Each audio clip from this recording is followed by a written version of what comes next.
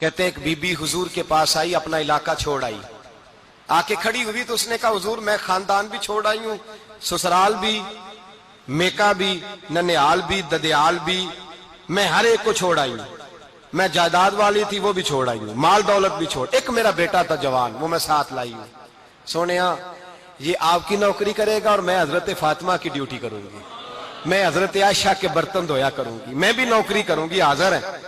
فرماتے ہیں رسول پاک نے بچہ اصحاب صفہ میں رکھ لیا، اصحاب صفہ میں، اور بی بی کو نبی پاک صلی اللہ علیہ وسلم نے عورتوں کے ساتھ متعین کیا۔ حضرت انس کہتے ہیں وہ نوجوان بڑا پیارا، بڑا میٹھا، بڑا دھیما، بڑا وفاشار، وہ سبق اچھی طرح یاد کرتا، وہ نماز دلچسپی سے پڑھتا، وہ حضور کی باتوں کو غور سے سنتا، وہ رسیلا، وہ سنجیدہ، وہ کم گو، وہ میٹھا، وہ پیارا۔ کہتے ہیں بڑی دلکشا طبیعت، اس کی مقناطیسی سی شخصیت، طبیعت کھنچی چلی جائے اس کی طرف، بڑا حسین و جمیل وہ نوجوان۔ اس ماں بیٹے کے تذکرے ہونے لگے کہ بڑی جائیدادیں چھوڑ کے آئے، بڑے مال والے، انہوں نے بڑی قربانی دی ہے، ہر رشتہ ناتا توڑ کے رب رسول سے یارانہ لگایا ہے، اللہ بڑا بے نیاز ہے۔ وہ بچہ بیمار ہو گیا، شدید علیل ہوا۔ حضرت انس بن مالک فرماتے ہیں ہم قریب جا کے بیٹھے تیمارداری کرنے تو اتنا علیل ہوا کہ اس کا وجود کانپنے لگا۔ کہتے ہیں کچھ ہی دیر گزری تو اس نے کلمہ پڑھا، روح پرواز کر گئی، روح پرواز کر گئی، سننا روح پرواز کر گئی۔ کہتے ہیں نبی پاک صلی اللہ علیہ وسلم کو بلایا، حضور آئے تو آنکھوں میں آنسو۔ نبی پاک صلی اللہ علیہ وسلم نے سر پہ ہاتھ پھیرا اور پہلے حضور نے جملے ارشاد فرمایا تم غسل دو، کفن دو، میں خود اس کا جنازہ پڑھاؤں گا۔ پھر حضور نے فرمایا نہیں، اسے غسل نہیں دینا، ارادہ بدل گیا ہے، پروگرام تبدیل ہو گیا، اسے غسل نہیں دینا، کفن نہیں دینا۔ حضور کیا کریں؟ فرمایا اس کی اماں کو جا کے بتاؤ۔ یہ نہیں فرمایا بلا کے لاؤ، اماں کو جا کے بتاؤ۔ حضرت انس کہتے ہیں میں نے کوئی نرالا سے رنگ دیکھا، کوئی منفرد سا انداز دیکھا، ہمیں بھیج دیا اماں کو بلاؤ، اور خود نبی پاک اس کمرے سے نکل گئے اور حضور کے آنسو بھی یکدم خشک ہو گئے، مزاج بدل گیا، پریشانی بدل، اماں کو بلاؤ اس کی۔ پتہ نہیں ارادہ ہے محبوب کیا ہے، ارادہ ہے خدا کیا ہے۔ کہتے اس کی اماں کو جا کے خبر دی تو ماں کو تو بس کوئی اتنا بتا دے کہ بیٹا سائیکل سے گر گیا ہے، سائیکل سے گر گیا ہے۔ اماں ساری رات سوتی نہیں۔ ایک شاعر نے کہا تھا ایک مدت ہوئی میری ماں نہیں سوئی، میں نے ایک رات کہا تھا مجھے ڈر لگتا ہے، ایک رات کہا تھا مجھے ڈر لگتا ہے۔ یہ اپنے اپنے رنگ ہوتے ہیں، اپنا اپنا انداز ہوتا ہے۔ رمضان شریف کا مہینہ آتا تو میری اماں جی کہاں گری کا تیل منگاتی، چیزیں منگاتی، اور پھر زبردستی میں منع کرتا کہ اماں جی نہیں، آپ کیا کر رہی ہیں، میں تو تیل ویسے بھی ذرا کم استعمال کرتا ہوں، تو رگڑ رگڑ کے، اور نہیں کتابیں بڑی موٹی ہیں، فلاں چیز بڑی موٹی، اس کا رنگ تھوڑا نرالا ہے۔ اور یہ جو ماں کا رنگ ہے نا، اس جیسا رنگ دوسرا ملتا بھی کوئی نہیں دنیا میں۔ یہ اپنی مثال آپ ہی ہے۔ اماں کو کہا تیرا بیٹا، اماں ذرا دوڑی، گری، پھر اٹھی، پھر گری، پھر اٹھی، پھر گری، روتی ہوئی آئی۔ کہتے ہیں پیچھے وہ روئی، لیکن جب بیٹے کی میت کے قریب آئی تو اب نہیں روئی۔ کہتے ہیں ہمارے چہروں پہ نظر دے ڈالی اور کہنے لگی تمہارا کلاس فیلو فوت ہو گیا ہے، واقعی چلا گیا ہے؟ کہاں پردہ کر واقعی کہاں؟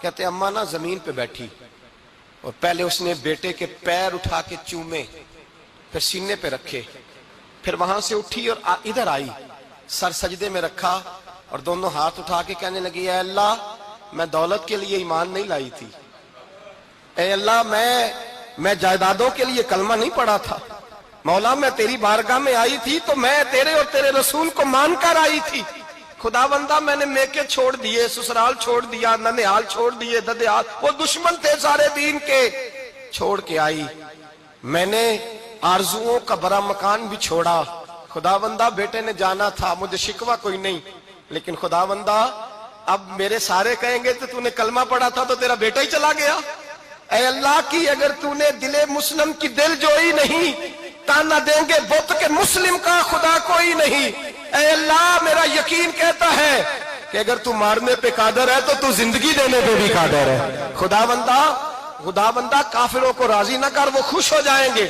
وہ مجھ پہ تانے کسیں گے، پھپتیاں کسیں گے، اے عرش کے مالک رحمت کا دروازہ کھول، میں تیرے نبی کی بارگاہ ناز میں رہتی ہوں، نظر فرما۔ حضرت انس بن مالک فرماتے ہیں ایمان، یقین اور استقامت کے ساتھ اس بوڑھے نے جب دعا مانگی تو ہم نے مسجد نبوی کے صحن میں عجیب نظارہ دیکھا. ایک ماں نے دعا مانگی تو بیٹا اٹھ کے بیٹھ گیا.